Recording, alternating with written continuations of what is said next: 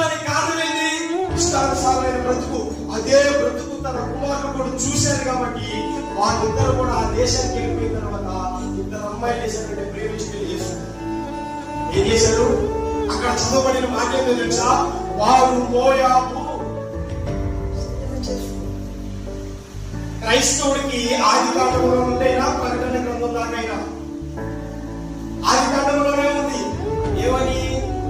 దేవుని కుమారులు నరుని కుమార్తెల్ని పెళ్లి చేస్తారు.